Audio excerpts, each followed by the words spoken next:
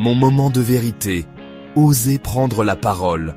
Mon cœur battait la chamade, comme un tambour frénétique contre mes côtes. Mes paumes étaient de moites de sueur. Devant moi, une mère de visage attendait avec impatience. C'était mon tour de parler. Parler en public, rien que l'idée me donnait des frissons. Pendant des années, j'ai évité cela comme la peste. Je trouvais des excuses, convaincu que prendre la parole n'était tout simplement pas mon fort. Puis, quelque chose a changé. J'ai réalisé que mon silence ne me protégeait pas seulement du jugement potentiel des autres, il réduisait aussi au silence ma voix, mes idées, mes contributions potentielles. La peur était réelle, oui, mais le désir de partager, de me connecter, de faire une différence l'était tout autant. Ce jour-là, debout devant la foule, j'ai fait un choix. J'ai choisi de ressentir la peur, de la reconnaître et de parler quand même. Les mots sont sortis, parfois tremblants, parfois forts, mais toujours authentiquement moi. Et pendant que je parlais, quelque chose d'incroyable s'est produit. La peur n'a pas disparu, pas entièrement, mais elle a fait place à autre chose. L'exaltation, la connexion et un sentiment d'accomplissement qui a résonné au plus profond de mon âme. Ce jour-là, je n'ai pas seulement affronté une peur, j'ai découvert une force que je ne savais pas que je possédais. La peur. C'est un instinct primitif, ancré au plus profond de notre être. Pour nos ancêtres, la peur était vitale, une poussée d'adrénaline qui les maintenait en alerte face au danger. Un bruissement dans les buissons pouvait signifier qu'un prédateur se cachait, prêt à bondir. La réaction de peur, combattre ou fuir, se déclenchait, assurant la survie. Dans notre monde moderne, les menaces auxquelles nous sommes confrontés sont souvent moins liées aux dangers physiques qu'aux risques psychologiques. Nous craignons l'échec, le rejet, le jugement, l'inconnu. Nos peurs, bien que souvent irrationnelles, nous paraissent incroyablement réelles. Elles murmurent des doutes à nos oreilles, nous exhortant à jouer la sécurité, à rester dans les limites de notre zone de confort. Pourtant, c'est précisément en repoussant ces frontières auto-imposées que nous découvrons notre véritable potentiel. La croissance, après tout, ne se produit pas en l'absence de peur, mais dans l'acte courageux de l'affronter de front. Lorsque la peur pointe le bout de son nez, notre instinct est souvent soit de nous battre, de la confronter agressivement, soit de fuir, de l'éviter complètement. Mais il existe une troisième option, souvent négligée. Ressentir la peur et agir malgré tout. Il ne s'agit pas de nier la peur ou de faire comme si elle n'existait pas. Il s'agit de reconnaître sa présence, de comprendre ses racines, puis de choisir d'avancer malgré elle. Il s'agit de reconnaître que la peur, bien que puissante, ne doit pas dicter nos actions. Nous avons le pouvoir de choisir le courage plutôt que le confort, la croissance plutôt que la stagnation. Cette approche ne consiste pas à être intrépide, mais plutôt à être courageux.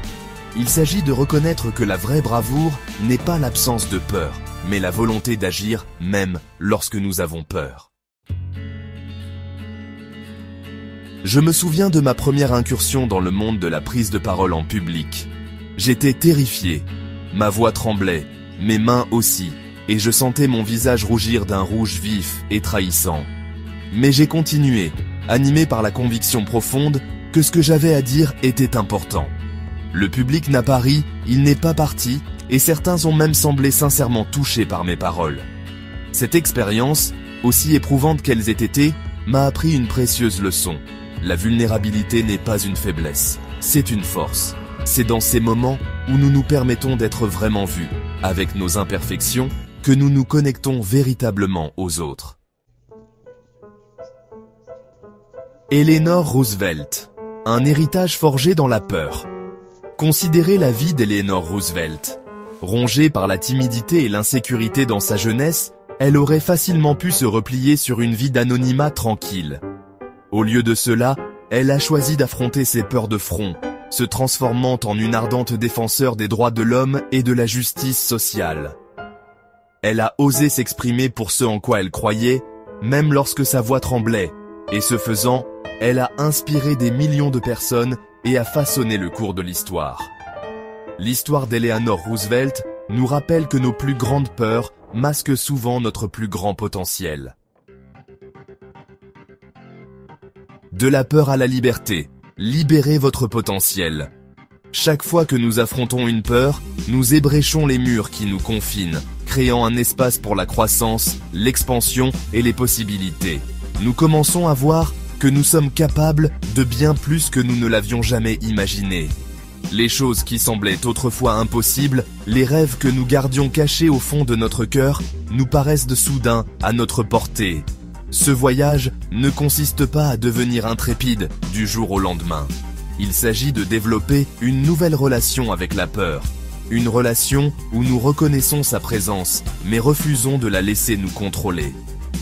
Il s'agit de reconnaître que la peur fait partie intégrante de la vie, mais qu'elle ne doit pas nous définir. Petit pas, grand saut, commencez votre voyage. Affronter ses peurs ne nécessite pas de grands gestes spectaculaires. Cela peut commencer par de petits pas, délibérés, hors de votre zone de confort. Engagez la conversation avec quelqu'un que vous trouvez intimidant.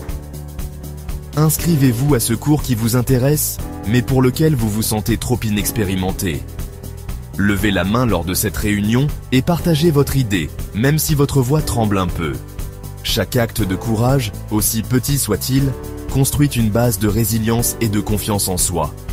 Il nous apprend que nous pouvons gérer l'inconfort, que nous pouvons naviguer dans l'incertitude et que nous sommes capables de bien plus que nous ne le pensons. Accepter l'inconnu, le frisson du défi. Sortir de sa zone de confort peut être effrayant, certes, mais cela peut aussi être exaltant. C'est dans l'inconnu, dans l'espace au-delà de ce qui est familier, que nous découvrons de nouvelles passions, que nous dénichons des talents cachés et que nous libérons notre véritable potentiel. C'est là que nous ressentons le frisson de la croissance, la satisfaction de l'accomplissement et la joie de vivre une vie à la fois riche de sens et épanouissante. Alors, acceptez l'inconnu, accueillez les défis, car c'est dans ces moments d'incertitude que vous découvrirez véritablement la profondeur de votre force, la résilience de votre esprit et la capacité infinie de votre cœur. Votre appel au courage, réclamez votre force. Vous n'êtes pas sur cette terre pour reculer devant vos peurs, mais pour vous lever et les affronter. Vous êtes plus fort que vous ne le pensez, plus capable que vous ne l'imaginez, et plus courageux que vous n'avez jamais osé le croire.